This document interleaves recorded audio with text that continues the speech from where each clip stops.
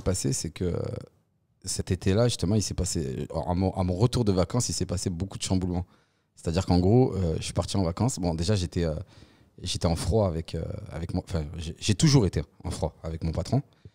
C'était ce qu'on appelle un pervers narcissique. Donc, c'est très compliqué de travailler avec ce genre de personnage.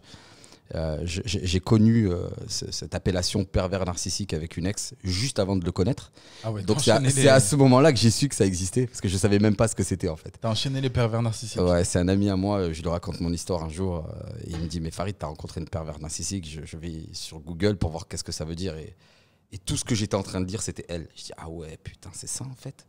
Et à la fin. Du coup, c'est quoi pervers? Moi, du coup, j'ai déjà entendu le terme, mais je vois pas exactement. Je pourrais pas te dire exactement ce que c'est, mais c'est parce que j'ai pas envie de savoir exactement ce que c'est, parce que je veux pas me mettre dans un mood de psychopathe, parce que c'est vraiment des. Ouais, ça t'hérisse les poils direct. C'est des gens. En fait, à la fin du texte, que je me rappelle par contre parfaitement, c'était que il disait la solution pour lutter contre un pervers narcissique, c'est la fuite. C'est-à-dire qu'en gros, tu pourras rien faire, parce que ces gens-là, pour eux, ils ont pas de problème psychologique.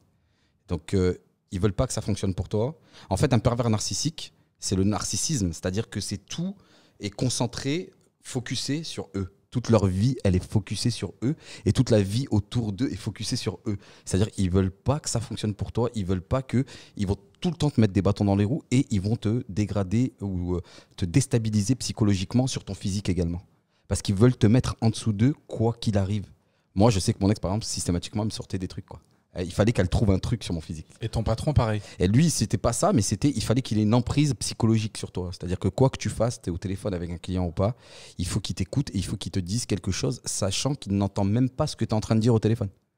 Donc c'est assez aberrant, hallucinant, mais c'était vraiment le cas. C'est ce qu'ils appellent micromanagement. Genre, il gère chaque micro-décision. Et tu sais, c'est quoi le pire? C'est que ce gars-là, en fait, il a fait des études à Oxford et qu'il avait des bouquins de management au bureau. Et que moi, je le regardais et que je lui disais, mais tu sais que ton management, et je m'en foutais en fait, j'étais obligé de lui dire ce genre de truc, mais ton management, tu ne l'apprendras pas avec des bouquins. Il va falloir que tu l'apprennes sur le terrain, avec l'humain.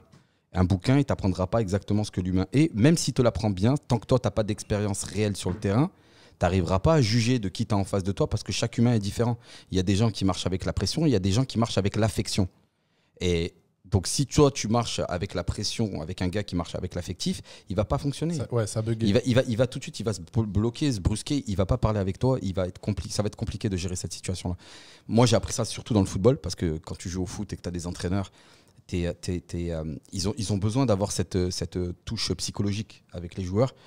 Si tu prends pas un joueur ou tu mets un joueur remplaçant, et que tu veux pas le tuer le match d'après, il faut savoir comment lui parler. Donc tu dois connaître tes joueurs, tu dois connaître la psychologie de tes joueurs. Et c'est vrai que le foot, c'est quelque chose qui m'a appris beaucoup de choses par rapport au management, par rapport à comment discuter avec les gens, par rapport à savoir à qui tu as affaire et essayer de ne pas froisser les gens quand tu parles avec eux, quoi. Et donc lui, ce qui s'est passé, c'est une anecdote intéressante quand même. Ce qui s'est passé, c'est qu'on a démarré la boîte tous les deux. Et 1 an et demi après, on était 7 dans l'entreprise. Mais attends, tous les deux, ça veut dire que vous étiez associés? Non, j'aurais dû prendre des parts dans la société. Tu aurais pu être associé, mais tu étais salarié. Il était censé me donner des parts dans la société, Non, il ne l'a jamais fait. De travail effectué, et c'était pareil, de rôle dans l'entreprise. Ouais. Tu avais le rôle d'un associé, mais sans les bénéfices en termes d'action, tout ça. J'avais 0 action, il devait me donner des parts, il l'a jamais fait. Et parce qu'il m'a dit, vas-y, tu vois Farid, c'est une start-up, on démarre, donc je peux pas te donner un énorme salaire, même si moi j'étais content sur le salaire qu'il m'avait donné, parce qu'en plus quand je l'ai vu le jour de l'interview, j'allais lui proposer moins. Et au moment où j'allais parler, il m'a dit le salaire, j'ai plus parlé, j'ai dit ben ouais, ça va, on va le faire, ça va le faire.